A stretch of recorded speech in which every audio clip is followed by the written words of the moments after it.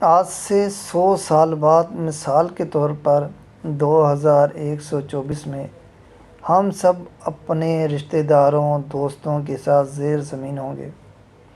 ہمارے گھروں میں اجنبی رہیں گے، ہماری جائیداد اجنبیوں کی ملکیت ہوگی، وہ ہمیں یاد بھی نہیں کریں گے۔ ہم میں سے کتنے اپنے دادا کے والد کے بارے میں سوچتے ہیں؟ ہم اپنی نسلوں کی یاد میں تاریخ کا حصہ بن جائیں گے۔ لوگ ہمارے نام شکلیں بھول جائیں گے۔ اس وقت ہمیں احساس ہوگا سب کچھ حاصل کرنے کا خواب کتنا جہالت اور ناقص تھا۔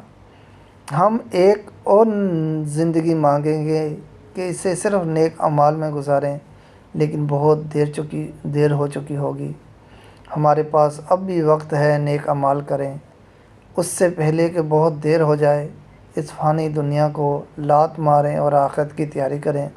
اللہ ہمیں توفیق عطا فرمائے، آمین یا رب العالمین۔